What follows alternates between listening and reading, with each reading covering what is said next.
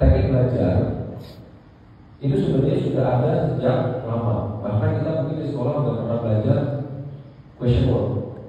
Contohnya what atau apa, bagaimana, kenapa. Pernah ya? 7W 1H. Kenapa saya bicara ke sini? Karena sebenarnya ini membangun karakter teman-teman untuk berpikir lebih kritis. Makanya di awal tadi saya sebutkan bahwa orang-orang yang mengalami brain itu kebanyakan tidak berpikir kritis. Jadi kalau kita belajar, tekniknya yang paling mudah adalah by definition. Iman, apa itu iman? Kenapa harus ada iman? Apa yang saya lakukan dengan iman?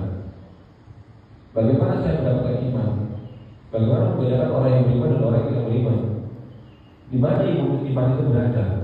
Apakah di pikiran kita, di hati kita? Apakah iman itu kita melihat orang lain atau mencontoh orang lain? Dan mungkin masih ada lagi, kapan kita harus beriman? Dan kemungkinan apa saja yang mungkin menyebabkan iman itu hilang? Mulailah dengan membuat pertanyaan-pertanyaan.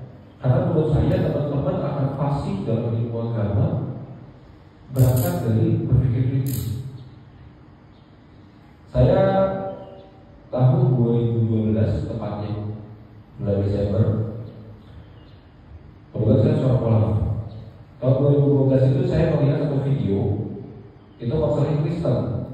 Kenapa saya ceritakan ini supaya teman-teman mulai bisa berpikir kritis? Karena ini salah satu bentuk pencegahan terhadap perilaku dan salah satu bentuk penanggulangannya. Gitu. Saya perlu melihat suatu video di mana konseling Kristen ini menyatakan di sini ditanya oleh si penanya.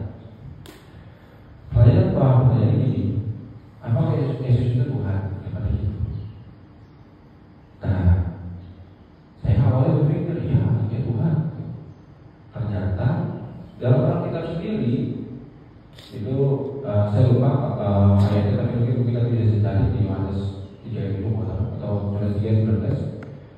Yesus itu sendiri mengatakan suatu hari nanti kalian akan mengeluh-eluhkan atau meninggikan anak manusia, dan barulah kalian tahu bahwa itulah aku, kata dia.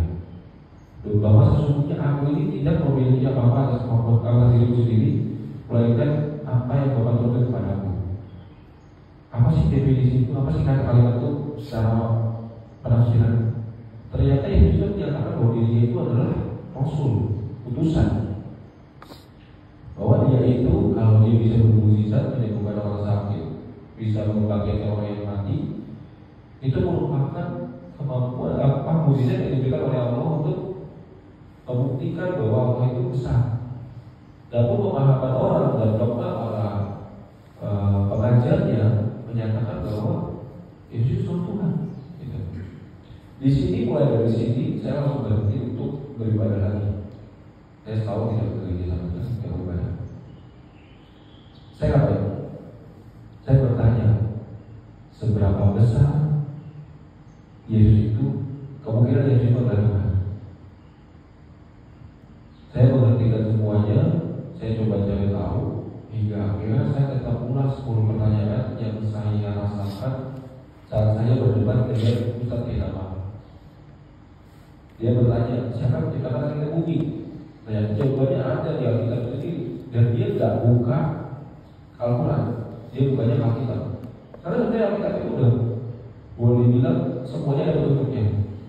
Kalau nggak percaya teman-teman, saya buka manual. Contohnya gini, kalau teman-teman berpikir kritis, tadinya teman-teman punya motor, beli motor listrik contohnya gitu. Kalau buka manualnya, pelajari aja dari situ, terus coba bertanya. Contohnya gini, kenapa harus ada spring MCB di motor listrik?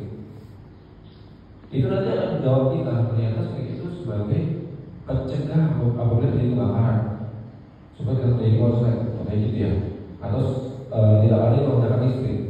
Nah, kenapa saya tadi menggunakan listrik itu? Supaya teman-teman bisa berpikir manual itu sebenarnya saat buku atau manual guide yang sudah kita terima, kita lihat kembali ke kehidupan nyatanya, semua itu balik mengarahkan kita kepada jalan yang benar. Tadi kita menyatakan bahwa pada mulanya Allah menciptakan langit dan bumi. Nah, pertanyaan saya balik waktu saya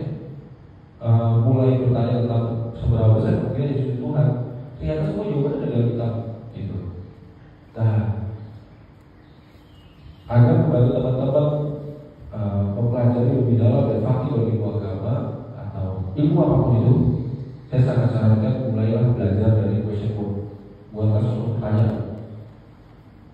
Dan itu akan kasih teman-teman untuk lebih paham. Yang kedua, mulailah presentasi. Menjelaskan tidak harus dikatakan seperti ini di banyak orang, tapi mulailah ngobrol dengan teman, menjelaskan apa materi apa yang teman-teman punya. Jadi teman-teman punya materi tentang jahe, katanya gitu. Ngobrol sama teman-teman, kamu tahu nggak kalau jahe itu ternyata bermanfaat loh. Ternyata jahe itu ada parasitnya loh. Kamu lagi kedinginan ya, minum jahe aja, ini herbal loh.